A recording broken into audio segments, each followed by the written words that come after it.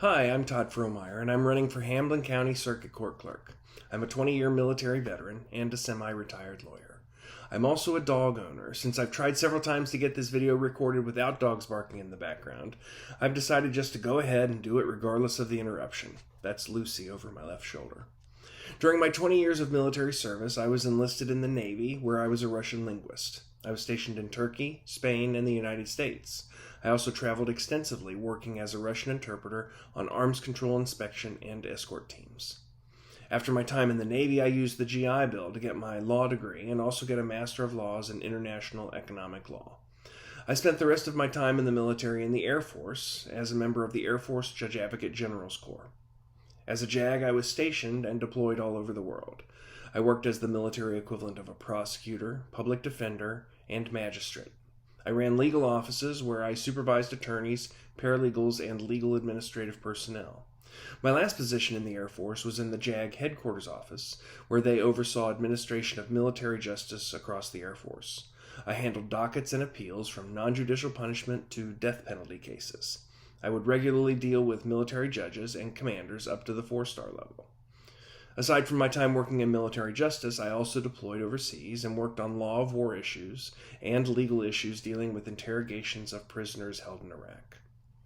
I think one of the issues in this race is experience. It's true I don't have any experience in this particular office, but I have worked in and run legal offices. I'm certain that my learning curve to come in and take over in this office will not be steep. But it's important to remember that experience without leadership just means you've been there a long time. I have both experience as a lawyer and a legal office administrator.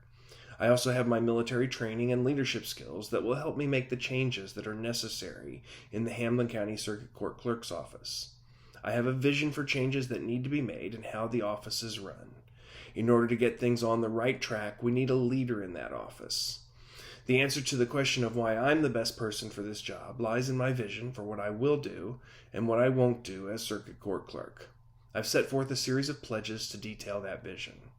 1. A 2-term limit.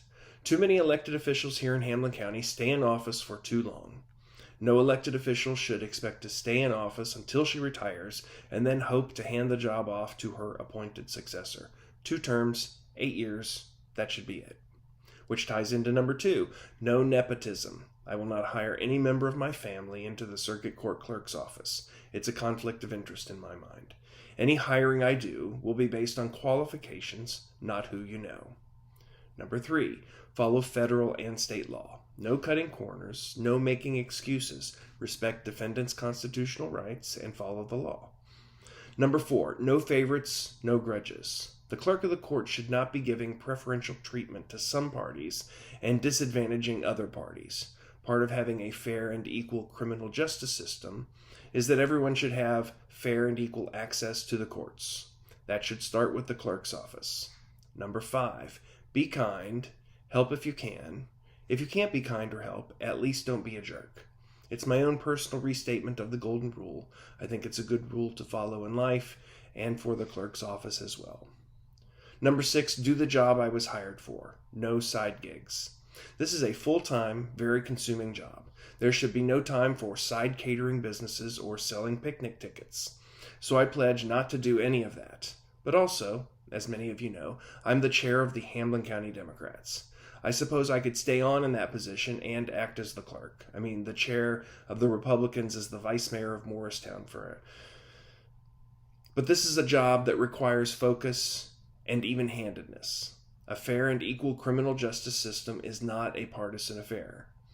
So that's why I'm announcing tonight that if I win this election, I will resign as the chair of the Hamlin County Democratic Party. Now, of all my pledges, the most important one is number 3. Respect defendants' constitutional rights and follow the law. Now, this seems like it should be an easy pledge to make and keep, but you'd be surprised. I'm sure most of you are aware of the issues with our local jail. For those of you who aren't, let me give you a quick rundown. 2010. That was when Bill Britton was elected mayor for the first time, and Teresa West was first elected Circuit Court Clerk. Back in 2010, overcrowding in the jail was an issue in Bill Britton's first campaign for mayor. Back then, he said that he thought the county shouldn't build a new jail, which he said would cost $30 million. Instead, According to Mayor Britton, the right course of action would be expansion and improvement to the existing jail. After 9 years of Bill Britton as mayor of Hamlin County in 2019, the jail situation was worse, not better. As you know, Hamlin County got national attention for its overcrowded jail, with a New York Times article that quoted Sheriff Jarnigan in describing the jail as a cesspool of a dungeon. In 2019, at the time of that same article, they cited a price tag of $73 million for a new jail. And of course now, the price tag for the Jail and Justice Center is in excess of $100 million. Likewise, back in that 2010 campaign, Bill Britton's solution for jail overcrowding would be to reduce the number of repeat offenders and do a better job of addressing the root of the problem, drugs. By October 2019, our 255-bed jail was housing 439 inmates. And how's our drug problem, do you think? But if you're telling a story about overcrowding in Hamlin County's jail, you also have to talk about the local criminal justice system. This starts with Judge Collins, but also includes the current Circuit Court Clerk, Teresa West, and members of her office. For the past decade or so, about half of the detainees in rural county jails in Tennessee have consisted of pre-trial defendants who haven't been convicted of any crimes. Now, how this happened is that Tennessee law says cash bail is supposed to be the last resort when dealing with defendants. Instead, Hamlin County, along with some other Tennessee counties, uses cash bail in nearly all cases. And often that bail is set so high that the defendant can't afford to pay his way out. So this results in an increase in the number of detainees in the jail, which adds to our overcrowding problem. In Hamlin County, the situation was so bad that in February 2020, a number of Hamlin County officials were named as defendants in a class action lawsuit in federal court for these bail practices. While judges and magistrates are the officials who usually handle bail, the Circuit Court Clerk also sets bail within limits when the judge is not around. This is how Teresa West and some members of her office were also named as defendants in this class action lawsuit. In November 2020, the federal judge in the case issued a preliminary injunction wherein he found the Hamlin County bail practices to be unconstitutional and ruled that no criminal defendant could be detained without having an individual bail hearing.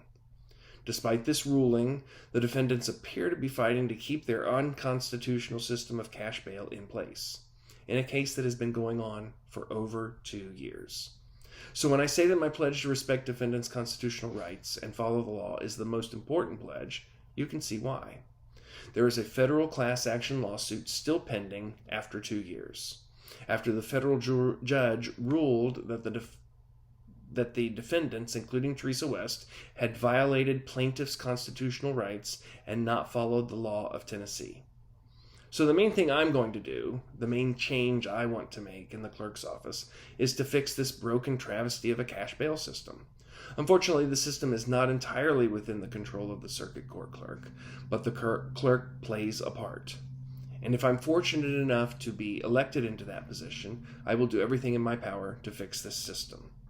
Thank you for listening. If you want to learn more about me or my positions, head on over to toddfrommeyer.com. Early voting starts on July 15th, and Election Day is August 4th. I would appreciate your support and your vote.